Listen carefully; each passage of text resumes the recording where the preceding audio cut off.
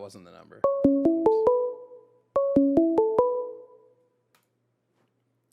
Hello, are you here to debate? I sure am. All right. What is your name, age, and pronouns, please? Dylan, 21, he, him. Dylan, 21, he, him. Dylan, what topic did you want to debate about? Number 2. Okay. Do you believe Kilmar Abrego Garcia was illegally deported to El Salvador? Well, no, given the pretenses that he was an MS-13 gang member and that he was smuggling drugs, it's pretty reasonable grounds to get somebody out of the country. I feel like Okay. Can I respond you to could that? debate the legality. Well, Go I ahead. am going to debate the legality. The Supreme Court affirms in a 9-0 decision that his deportation was illegal. He had 0 criminal record, so you can claim that he was smuggling drugs and that he was a gang member. He has 0 criminal record, has never been charged with a crime in the United States. So the United States government also didn't use the fact that he was a criminal gang member to try to argue in court about his deportation. So do you have an argument based in legal backing for why he should have been removed? Under legal backing, under a different administration, the laws of immigration can change as more bills are passed. So there is a lot that is changing with this new administration, and anybody that is in the United States without applying for citizenship is considered illegal. Great. So per his withholding of removal, which the Supreme Court affirms, was still in effect. That withholding of removal was granted by the Donald Trump administration in 2019, and he had been meeting with every administration's Department of Homeland Security since 2019 to get valid working papers. The Donald Trump administration affirmed him twice with working papers, and they do background checks when they do those working paper affirmations. So again, Can you first off, I'm going to request a couple things. Can you explain the background of where you found this information? Well, his entirety of withholding of removal is online. You can go to Court Listener. I can even give you the file name. It's file number A201577119. That's his withholding of removal order. The Supreme Court decision is number 24A949. I see. Well, on that website, are these publicly released legal documents that are verified and validated they're by court documents? So yes. Yes. Okay. Also, again, the United States government didn't. Oh, go ahead. Do you happen to know the judge that was on the case? Judge for his that granted him his withholding of removal was. Let me see if it's on the withholding. I just have to find it.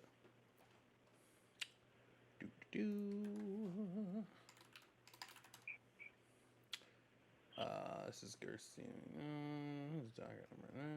Application for withholding removal.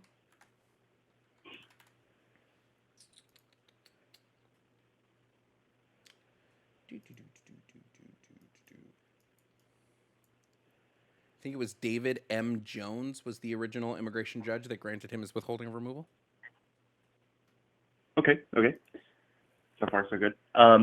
As far as the gang-related tattoos go, what is your opinion on being a member of MS-13? Do you find that to be morally reprehensible in any way, shape, or form whatsoever? I've found no credible evidence that he was a member of MS-13. The only tattoos they've shown that they've said is linked are the ones on his fingers. But not only gang experts, but gang experts on like gang tattoos have said that MS-13, when they have gang tattoos, are much larger and typically on the back or chest.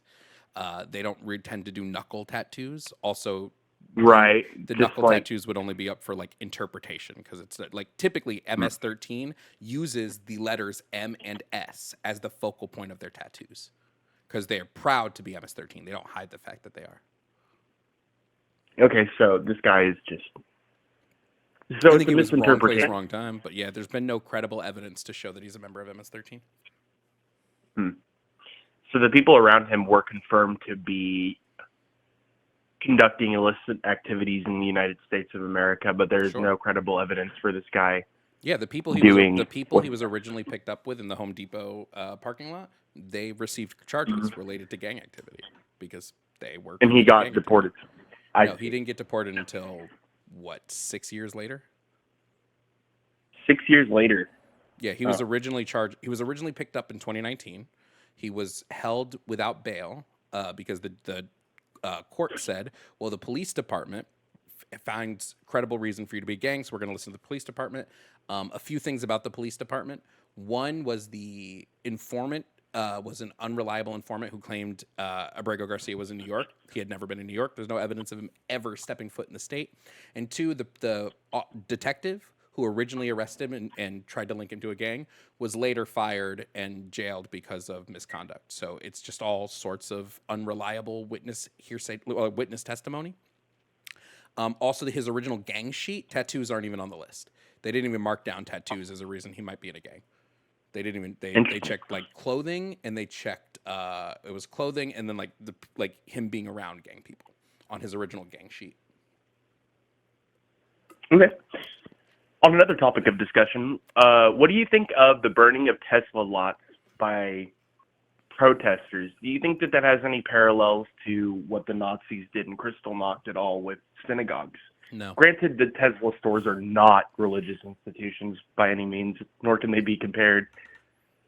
Do you think it's morally incorrect to destroy someone's place of business just because you disagree with their policies and practices, or does that not seem a little animalistic to you?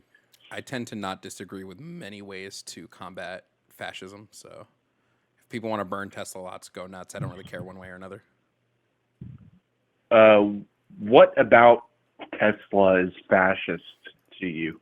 I would say Elon Musk went out of his way to help elect in a leader whose administration is engaging in all 14 of the characteristics of fascism. And so therefore Elon Musk is primarily culpable for that. We've even known that with the release of the stuff in Twitter that came out with like the bots and the fake accounts and the spreading fake news stories and pushing misinformation purposely to help Donald Trump win. I would say Elon Musk is directly responsible for helping fascism come to power. So, you know. A lot of those posts can be associated with yellow press, especially the ones that claim that Twitter staff themselves are using bots to peddle, Trump administration content. That's a little far-fetched because Elon Musk's acquisition of Twitter was entirely meant to combat bots, and I've seen like a downward stream when it comes to seeing bots on the public space in Twitter. There's the occasional only bot accounts that's increased. Here, I'll pull it up for you 1 second. Where is it? So as of the pre-acquisition of Musk, it was 11.85 million bots. That was like pre-Musk acquiring Twitter. Shortly after his acquisition, it went up to 47 million. Now the number estimates between 50 to 150 million bots on the site.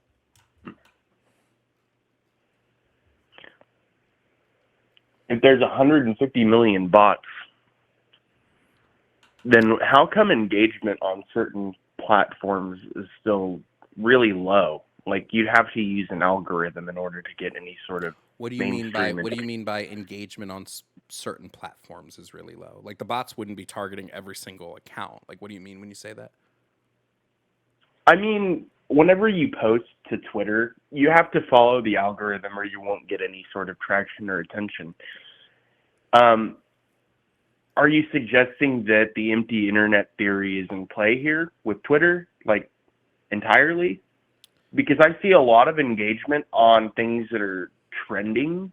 I think Twitter still has plenty of real people. But what you have to look at, when you look at these accounts that are reposting like very heavy right-leaning stuff, there's a lot of these accounts with like check marks because they're like, oh, we're the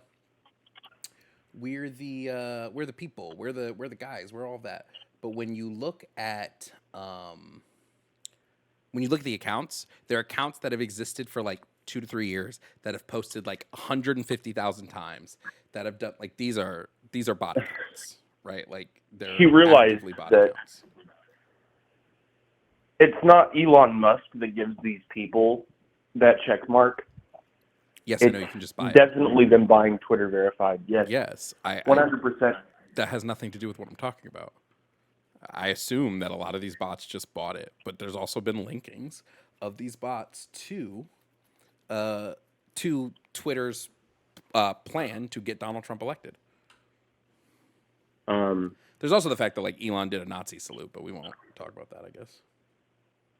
He's just really eccentric, and I think that he's like somewhat autistic. I'm not sure that that was a Nazi salute. That didn't. Absolutely a Nazi salute. What else would it be? I'm autistic, and I've never done that, so I don't know like what him being autistic. It's probably. It was probably just him reaching his arm out. He said, "My heart goes out to you," and it wasn't like. I don't know. The angle of it just kind of doesn't align. I feel like he is a man-child. He does lie about a lot of shit, but there's I don't see this man donning a swastika. This guy's just I don't think many Nazis nowadays would put a swastika on, because then people would know that they're Nazis. And the point about a fascist, like authoritarian rule, is they don't want you to know that they're fascist and authoritarian. So they actually kind of hide that fact. Hitler only had a secret police until he was elected in. I don't think it's about being under the radar. But wait, we now know about Hitler and the Nazis, right? So there's a reason why people wouldn't want to associate themselves with Hitler and the Nazi Party of Germany.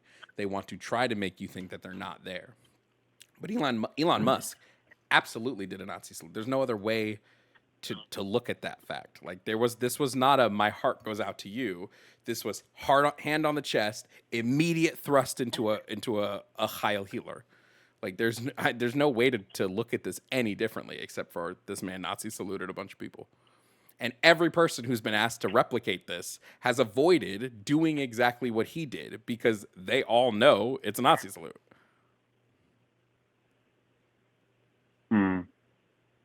In fact, he didn't say "my heart goes out to you" until after he did the salute twice.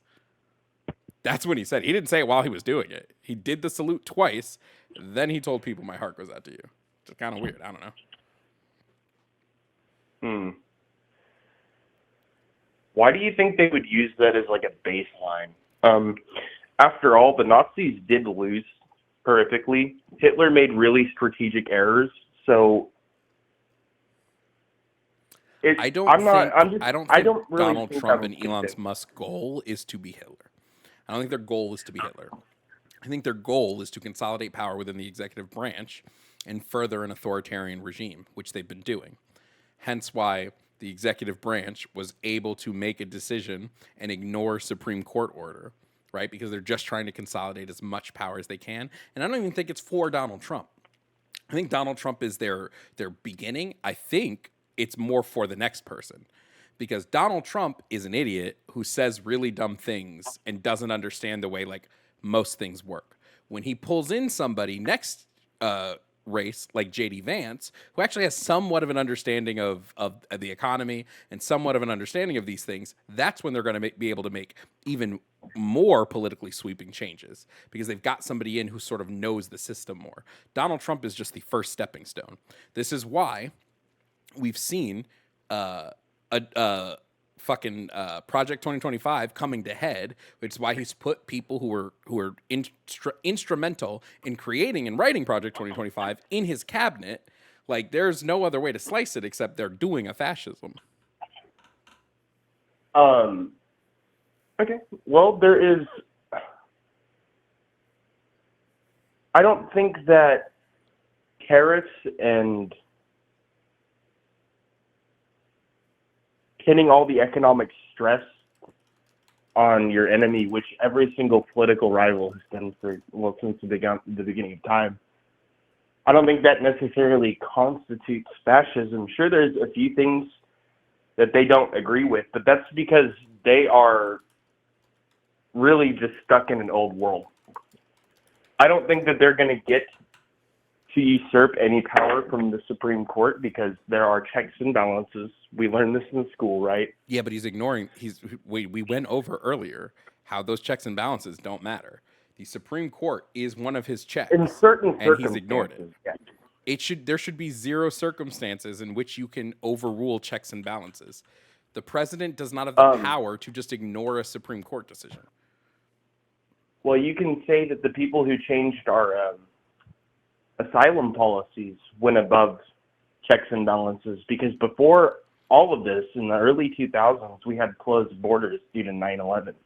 And after 9/11, I feel like people should have increased border security. We've had closed borders since like the 70s. Yes, but it really started ramping up with the terrorist attacks in Also, 2001. the people that changed the asylum laws are set by the executive branch. So the people that changed the asylum laws was the executive branch. So like, where's the abuse of power there? Political bias. I feel like in any political scape, there's always going to be a bias. There's always going to be some sort of exaggeration. And I feel like the two political parties are just meant to divide and conquer at this point. I don't feel like either side is really good. I kind of find myself leaning on the fence. I'll vote for whoever has the best economic policies for us. And this year, I necessarily didn't vote because I don't really like Joe Biden or Trump at all. Sure. Let me ask you a question. Do you think we would be breaking people's constitutional rights under Joe Biden right now? And if so, like, do you have evidence of him doing this previously? Because like, Kilmar Abrego Garcia is just one of the people whose constitutional rights have been violated. Donald Trump's administration deported a 2-year-old American citizen. This was a 2-year-old whose father was living legally in the country, who was fighting to keep her here. They deported her to Honduras, even though she was born in New Orleans. Joe Biden wouldn't necessarily go ahead. Deport anybody. He disagrees with deportation. But what he did do is he let his son Hunter Biden smoke crack, which is kind of, there's pictures, video evidence. How does he stop his son from smoking crack? It's illegal. Maybe throw him in prison like the other people that you put behind bars for 20 plus years for that same abusive substance. Okay, like so you think we should throw people who are addicts into prison? I don't think that necessarily, but that's if you look at his court history, like there's a court recording of Joe Biden saying, if you possess a piece of crack no bigger than the size of my thumb, we will throw you in prison. Like that's sure. Exactly what you're going to find that from like every politician around the 80s because we were in the middle of the war on drugs. So like, can Joe Biden's opinion on drugs and incarcerating addicts change? Well, yeah, but I do feel like there was a bit of a bias because people only certain places. Really, because federally, Joe Biden enacted. Oregon? Just really quickly, federally, Joe Biden enacted a policy in which the U.S. federal government would no longer prosecute specific drug violations. So it seems like he was standing on business.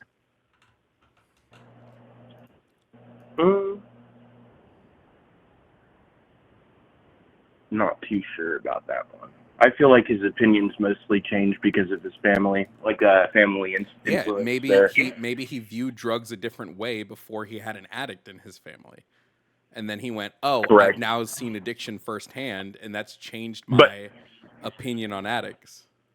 My problem with him is that he didn't go through and release anybody that's serving 20 years for a drug-related charge. That's not true. That's not true. Him and Kamala Harris released, 2,500 people federally for drug charges? Of the how many tens of thousands of people that are still incarcerated? Federally. They only have power over federal drug convictions and pardons. You know that, right? They can only pardon people who are federally in prison for drug-related crimes. They can't pardon state convictions.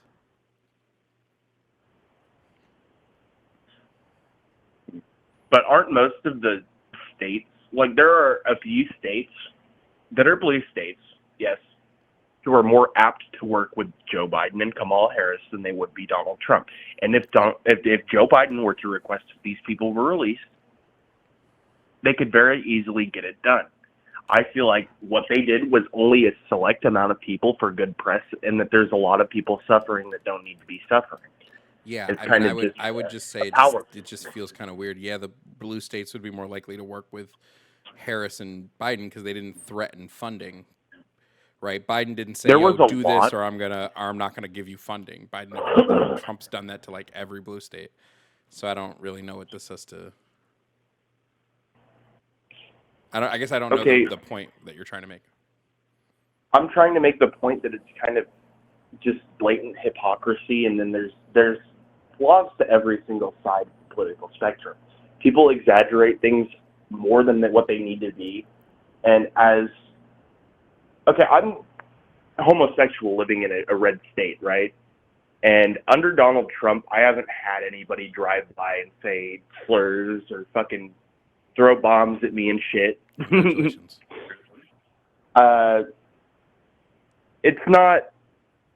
I feel like that it's just not as big of them versus me as people make it out to be. You know what I mean?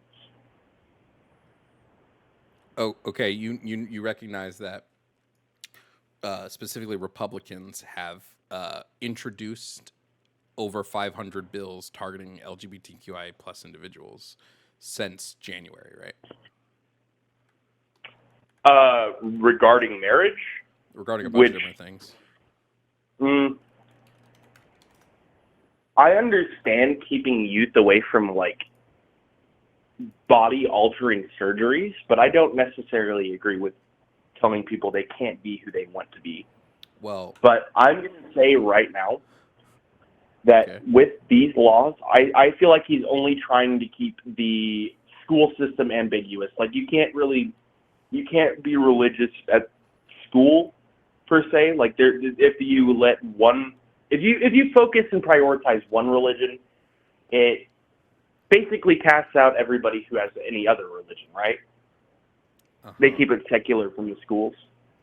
So these bills aren't just like about schools, though. They've passed workplace bills. There's still 20 states in the country that can fire you just because you're gay.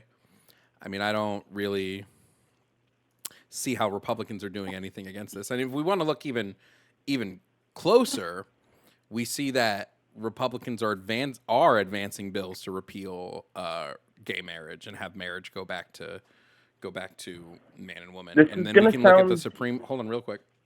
We can look at how the Supreme Court affirmed that you can absolutely deny someone's service if they're gay if it goes against your religious beliefs, which is kind of crazy, right? Yeah, but you can't really determine whether or not somebody is gay by just looking at them. They may have just an alternative sense of style. That's just partly why this bill is great. Basic discrimination. At that point, that's discrimination, which I haven't really faced. It's a really it's a situational thing. Like, do you recognize that just because you haven't faced it doesn't mean it's not happening? Other people have faced it. Yeah, I understand that. I wasn't saying that to invalidate anybody's experiences. I was just saying that in my state, I feel like it's more exaggerated and it's more on a case-to-case basis. I feel like what they have done doesn't necessarily target gay people. It targets more of like the transgender youth, not gay people, not transgender adults. The workplace bills that were enforced were basically enforced so religious owners of businesses can fire people if they so choose to, right? Yeah, well, I don't feel like the Republicans should take fire for that. I feel like said business should take fire for that. Like a conservative-led Supreme Court said it was okay because Republicans freedom of religion is one of the rights of our country. So if I'm a doctor and someone comes in who's clearly gay and I don't want to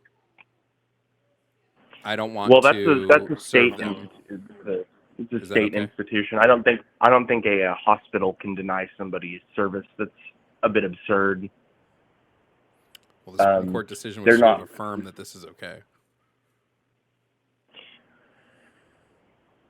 But that's not just a local business. The Supreme Court decision doesn't just say local business. Institutional care provider. It's that any person can refuse service to any person based on religious beliefs. Based on religious beliefs, yes. I feel like officiating priests are more what you're going to run into that with because...